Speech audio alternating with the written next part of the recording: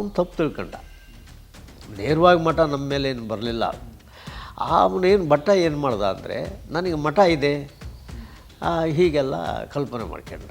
ಅದು ಏನಾಯಿತು ಅಂದರೆ ಸ್ವಲ್ಪ ಜಾಸ್ತಿ ಹೋಗಿ ಆಮೇಲೆ ಸರ್ಕಾರ ಏನಾಗಿತ್ತು ಅಂದರೆ BJP ಗೌರ್ಮೆಂಟು ನಮ್ಮನ್ನು ಕಂಡ್ರೆ ಅವರಿಗೆ ಸಹಿಸೋದಲ್ಲ. ಅವರು ದೇವಸ್ಥಾನ ಹಿಂದೂ ಅಂತಾರೆ ಅವರು, ಆದರೆ ಹಿಂದುಳಿದ ದೇವಸ್ಥಾನ ಮಾಡಿದ್ರು ಅವ್ರು ಸಹಿಸೋದಲ್ಲ. ಎಲ್ಲರೂ ನೋಡಿದಿರಾ?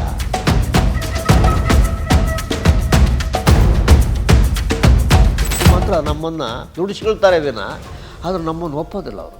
ಇವತ್ತಿಗೂ ನಾನು ನೋಡ್ತಾ ಇದ್ದೇನೆ. ನಾನು ಶಾಸಕ ಅವನು ನಮ್ಮವನೇ ಅಂಥೇಳಿ ನಾನು ಆಯ್ಕೆ ಮಾಡೋದು ನಾನೇ. ಈ ಸಾಗರಕ್ಕೆ ಒಬ್ಬನು ಬೇಕು, ಕಾಗೋಡು ತಿಮ್ಮಪ್ಪ ವಯಸ್ಸಾಗಿದೆ, ಇವನು ಆಯ್ಕೆ ಮಾಡೋದು ನಾನು ಶ್ರಮ ಇದೆ ಮತ್ತು ನನ್ನ ಹಣಕಾಸಿನ ಸಹಾಯನೂ ಇದೆ ಅವನಿಗೆ. ಆಮೇಲೆ ಅವನಿಗೆ ಒಂದು ಕಾಲದಲ್ಲಿ ಅಗಾಧ ತೊಂದರೆಯಲ್ಲಿ ಅನುಭವಿಸಿದಾಗ ಅವನಿಗೆ ಉಪಕಾರ ಮಾಡೋದು ನಾನೇ. ಆಮೇಲೆ ಸೋದರ ಸಂಬಂಧ ಅವ, ನನ್ನ ಸೋದರ ಭಾವ ಅವನು. ಆ ಮುಟ್ಟಾಳ ಅವನ ಕಡೆ ಸೇರ್ಕೊಂಡ್ಬಿಟ್ಟ.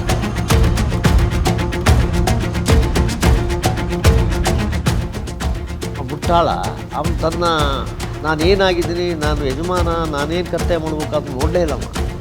ಅವನಿಗೆ ನಮ್ಮ ಏಳಿಗೆಯನ್ನು ಸಹಿಸಬಾರ್ದು ಮತ್ತು ನಮ್ಮ ಸಮಾಜಕ್ಕೆ ಅವನಿಗೆ ಏನೋ ದಕ್ಕಬಾರ್ದು ಅನ್ನೋ ಒಂದು ಕೆಟ್ಟ ಕಲ್ಪನೆ, ಅವನು ಕೆಟ್ಟತನ ಅದ್ರ ಮೇಲೆ ಪ್ರಯೋಗ ಮಾಡೋದು. ಅದು ನನಗೆ ಗೊತ್ತಾಗಲೇ ಇಲ್ಲ.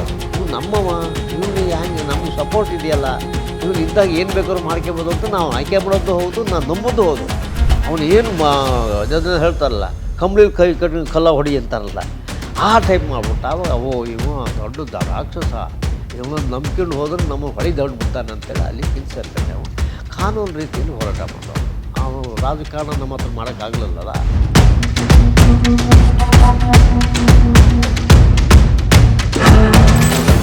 ಹಿಂದೆಲ್ಲ ಕಳ್ಕೊಂಡಿದ್ದೆ ನಾವು ಹಾಗೆ ಗೊತ್ತಾಯ್ತಾ.